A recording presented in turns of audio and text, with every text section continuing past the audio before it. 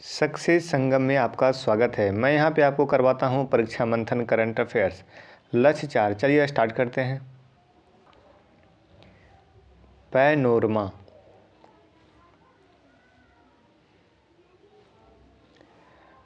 अब्दे अल अजीज़ बूटेफ्लिका Algeria के सबसे लंबे समय तक राष्ट्रपति रहने वाले अब्दे अल अजीज़ बूटेफ्लिका का हाल ही में निधन हो गया है। अब्दे अल अजीज़ बूटेफ्लिका कहाँ के थे? अल्जीरिया के। क्या थे? राष्ट्रपति थे। क्या हो गया? निधन हो गया। प्रमुख बिंदु, वह 6 दशकों से अधिक समय तक अल्जीरिया राजनीति में एक प्रमुख व्यक्ति थे। सबसे विशेष रूप से उन्होंने 1999 से 2019 तक अल्जीरिया के सबसे लंबे समय तक राष्ट्रपति के रूप में कार्य किया। 20 साल तक यहाँ पे राष्ट्रपति रह चुके हैं। मार्च 1937 को मोरक्को के औजदा में अल्जीरियाई माता पिता के घर जन्मे बूटेफ्लिका बहुत कम उम्र से ही अपनी बुद्धिमत्ता के लिए जाने जाते थे। जन्म कब हुआ था? 1937 में। कहाँ हुआ था? मोरक्को में। बचपन से ही बुद्धिमान थे।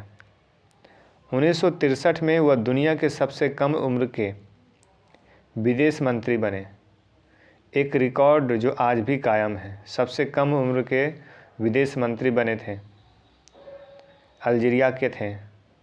नाम क्या है इनका? अब्दे अल अजीज़ बूटेफ्लिका। निधन हो गया है। अगला टॉपिक है स्वरूप। क्या है स्वरूप? व्हाट इज स्वरूप? स्वरूप श्री गुरु ग्रंथ साहिब की एक भौतिक प्रति, पवित्र किताब है।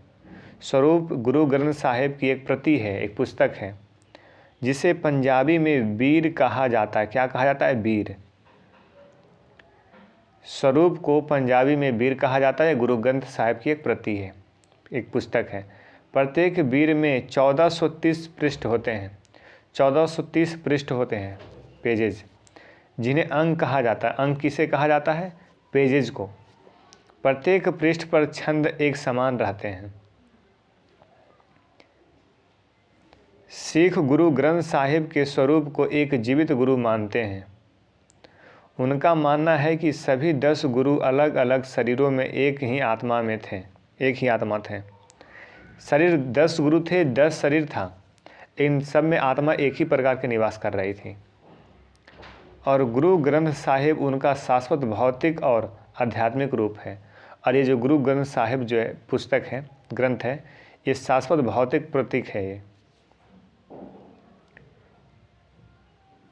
यह 5वें सिख गुरु अर्जुन देव थे, जिन्होंने 1604 में गुरु ग्रंथ साहिब के पहले बीर को संकलित किया। गुरु ग्रंथ साहिब के पहला पुस्तक को, बीर को संकलित किया। बीर पंजाबी में बीर कहते हैं पुस्तक को।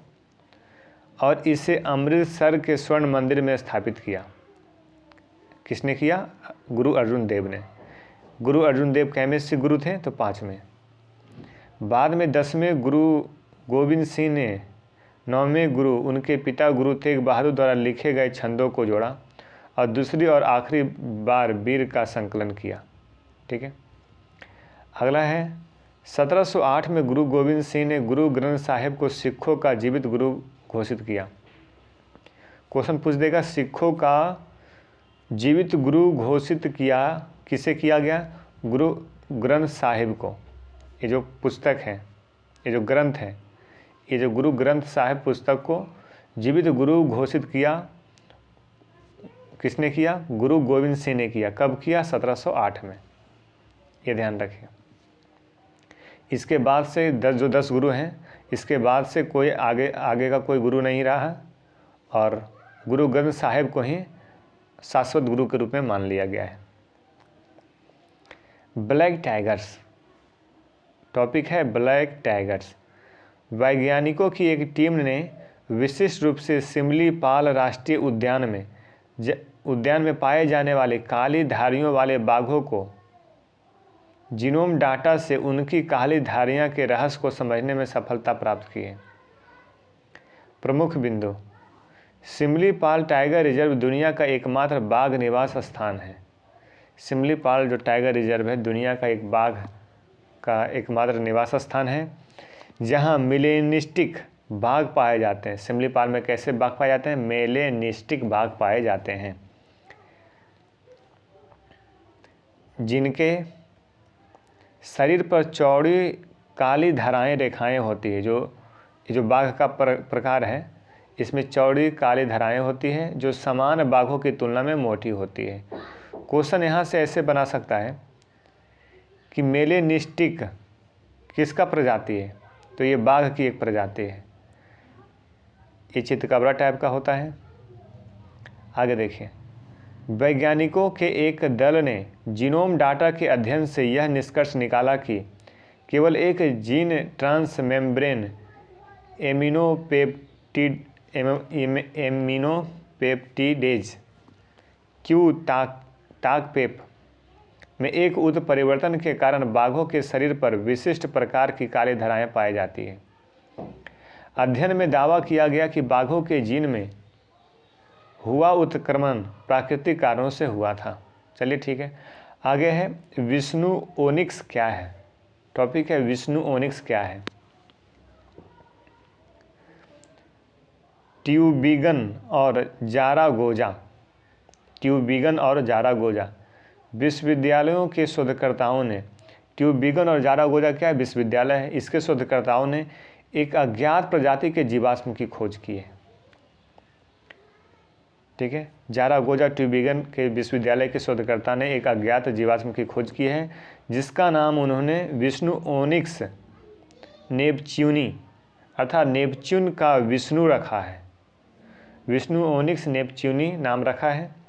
अब विष्णु ओनिक्स नेपच्यूनी का मतलब यहाँ अर्थ क्या दे रहा है? नेपच्यून जो ग्रह है उसका विष्णु का नेपच्यून का विष्णु नाम रखा है। ठीक, समझ गए होंगे बात को।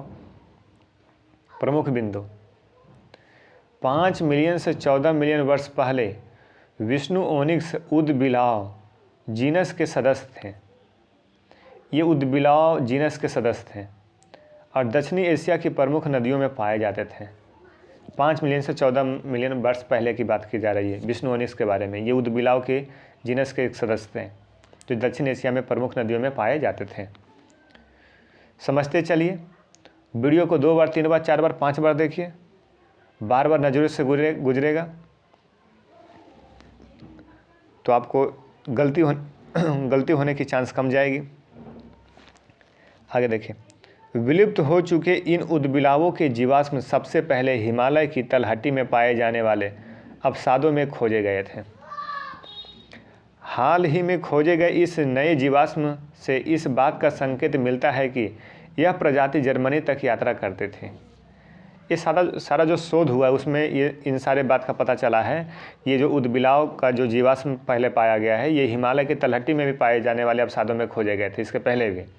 और उसके बाद ये जो नया जीवाश्म है इससे ये संकेत मिलता है कि ये जर्मनी तक की यात्रा करते थे। यह यूरोप में विष्णु ओनिक्स जीनस या फिर जीन्स, यह यूरोप में विष्णु ओनिक्स जीन्स के किसी सदस्य की पहली खोज है। अगला टॉपिक है अकाउंट एग्रीगेटर। अकाउंट एग्रीगेटर, हाल ही में 8 प्रमुख बैंक अकाउंट एग्रीगेटर नेटवर्क में शामिल हुए हैं जो ग्राहकों को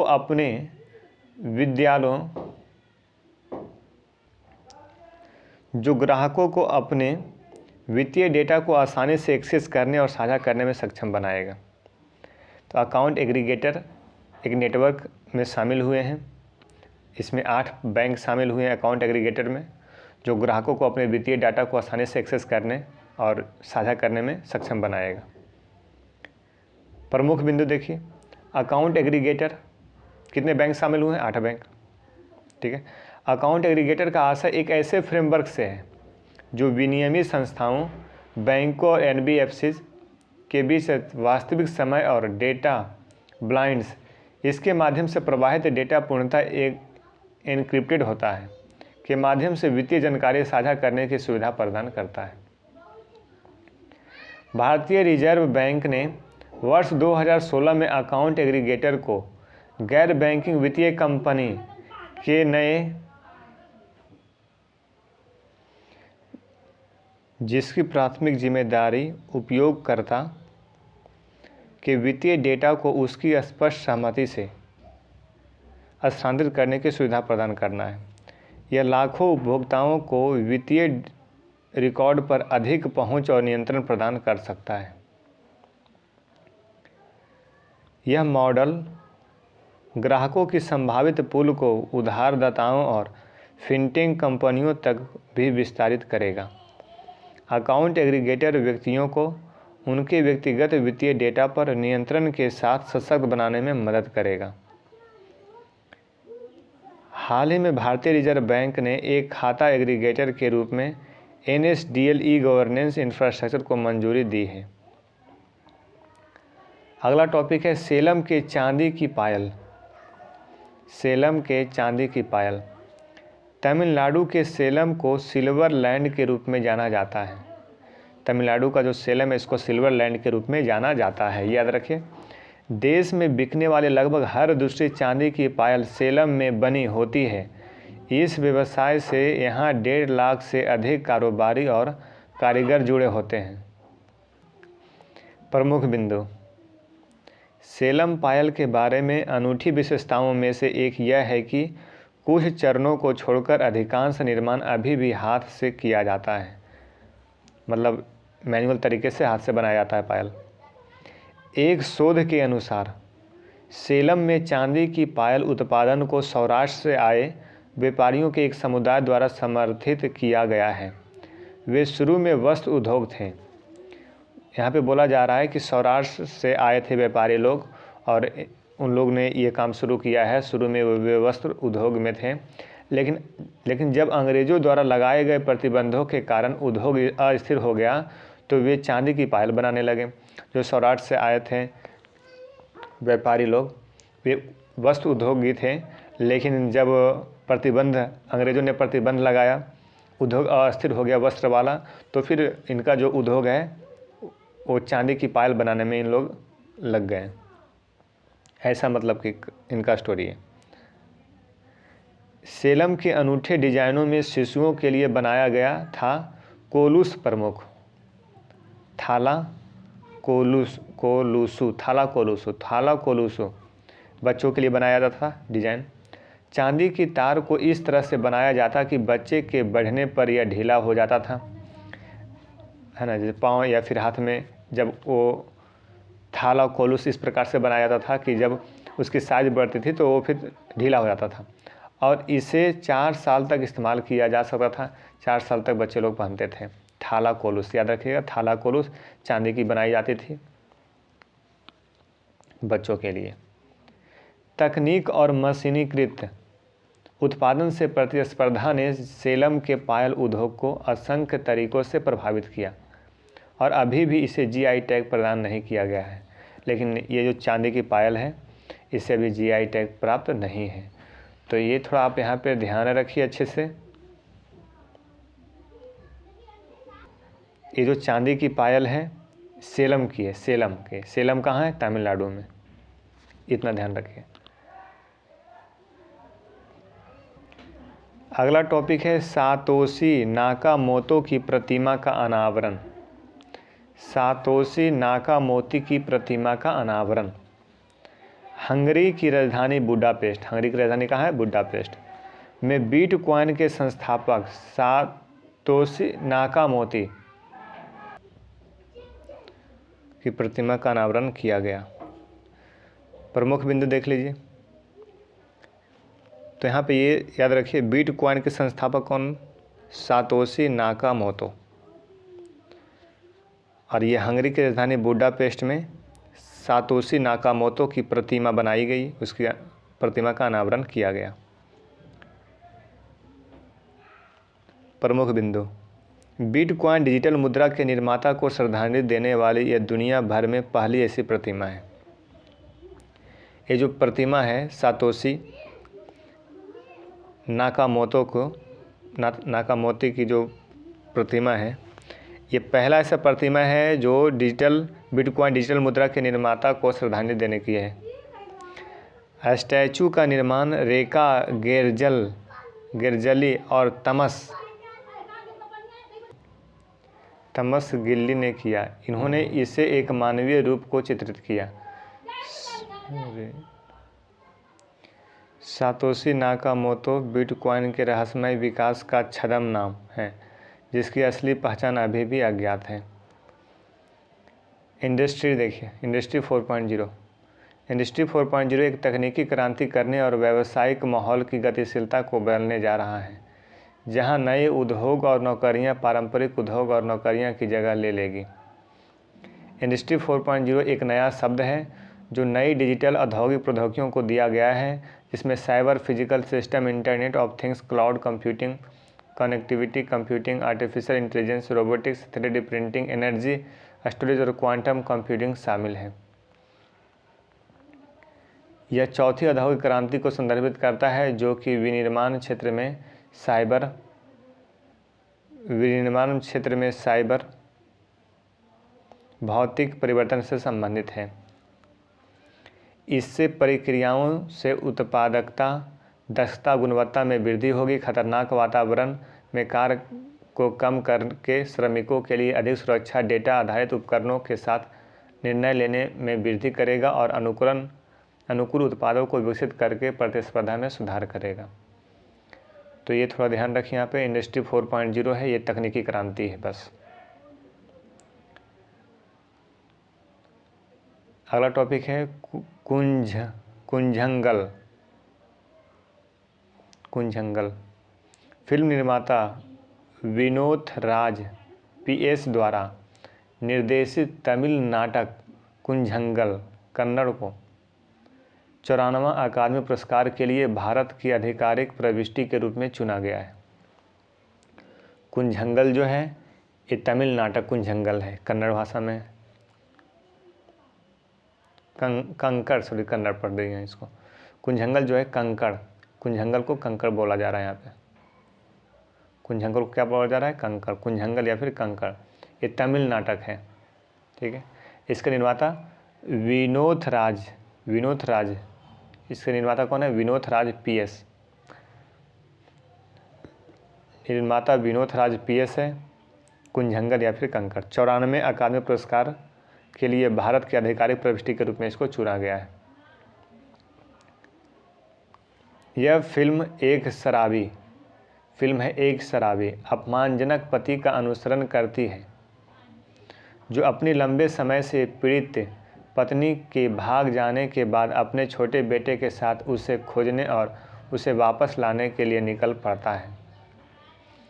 कुंजंगल यानी कि कंकड़ में नए कलाकार हैं और इसे विघ्नेश शिवन और नयनतारा द्वारा निर्मित किया गया है। कुंजंगल ने इस साल की शुरुआत में 50वें अंतर्राष्ट्रीय फिल्म महोत्सव रॉटरडैम में सर्वश्रेष्ठ फिल्म के लिए टाइगर अवार्ड का शीर्ष सम्मान जीता था। जो फिल्म कुंजंगल है ये 50वें अंतर्राष्ट्रीय फिल्म जो महोत्सव रॉटरडैम हुआ है IFFR में सर्वश्रेष्ठ फिल्म के लिए टाइगर अवार्ड में प्रथम स्थान शीर्ष सम्मान जीता था।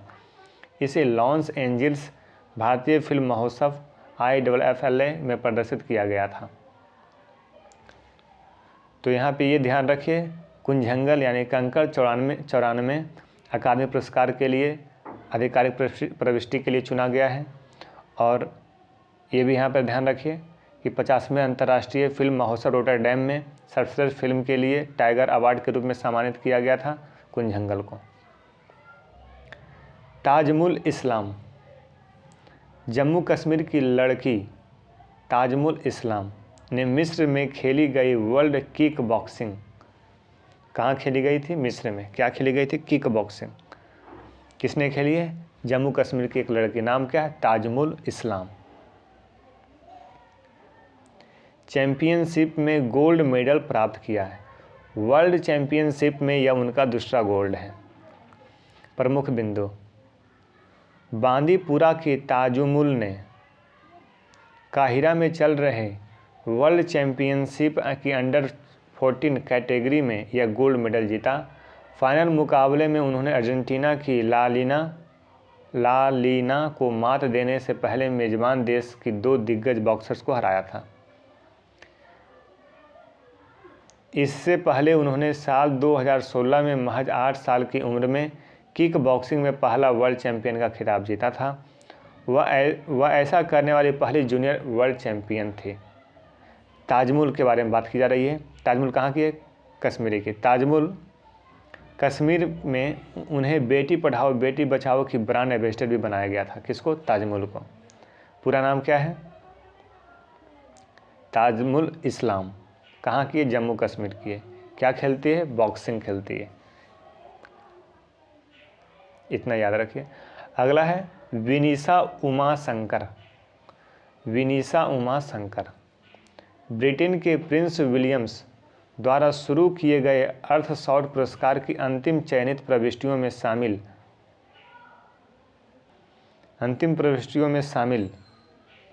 15 वर्षीय छात्रा ने ग्लासगो COP26 कॉन्फ्रेंस में विश्व नेताओं के सम्मेलन को संबोधित किया है और धरती को बचाने के लिए कार्रवाई करने का आह्वान किया है। तो विनीसा उमा शंकर का नाम याद रखिए। COP26 में जो कॉन्फ्रेंस हुआ है, ये विश्व के जितने सारे नेता यहाँ पे आए थे उनको यहाँ पे संबोधित किया था।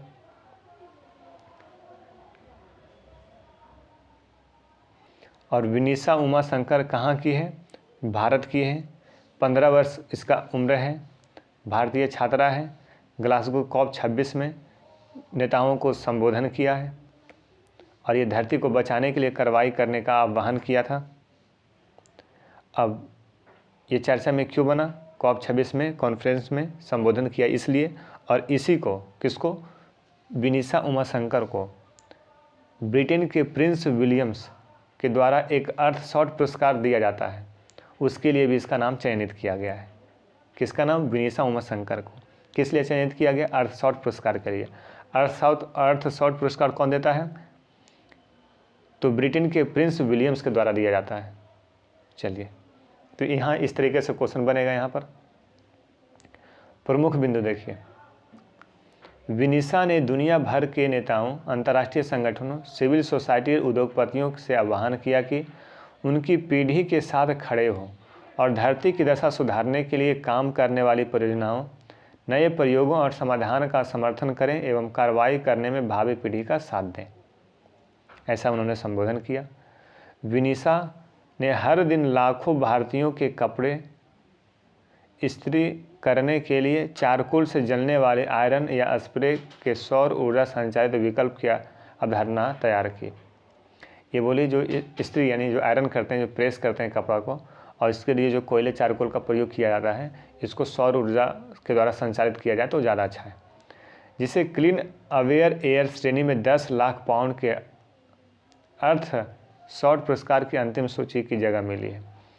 और यही अवधारणा तैयार की थी जो विनीसा है, यह अवधारणा तैयार की थी जो प्रेस किया जाता है कोयले चारकोल की मदद से, आयरन प्रेस जो किया जाता है उसको सौर ऊर्जा में परिवर्तन करके एक विकल्प तैयार करने की अवधारणा इसने प्रस्तुत की थी। इसलिए इनको अर्थशॉट पुरस्कार की अंतिम सूची में इनका नाम आया था। चलिए, अगला टॉपिक है कोरोना का क्या है? कोरोना का AY 4.2 वेरिएंट ऑफ COVID-19। ठीक है, तो मिलते हैं अब अगले वीडियो में। इस वीडियो में इतना ही। अगला जो टॉपिक स्टार्ट करेंगे AY 4.2 वेरिएंट ऑफ कोविड। ठीक है, ओके बाय। तब तक वीडियो को आप देखते रहिए। 2 बार 4 बार 5 बार आप देखिए। PDF इत्यादि मटेरियल के लिए आप हमारे टेलीग्राम चैनल ज्वाइन कर लीजिए। लिंक डिस्क्रिप्शन में दे दिया हूँ। Okay bye, thank you.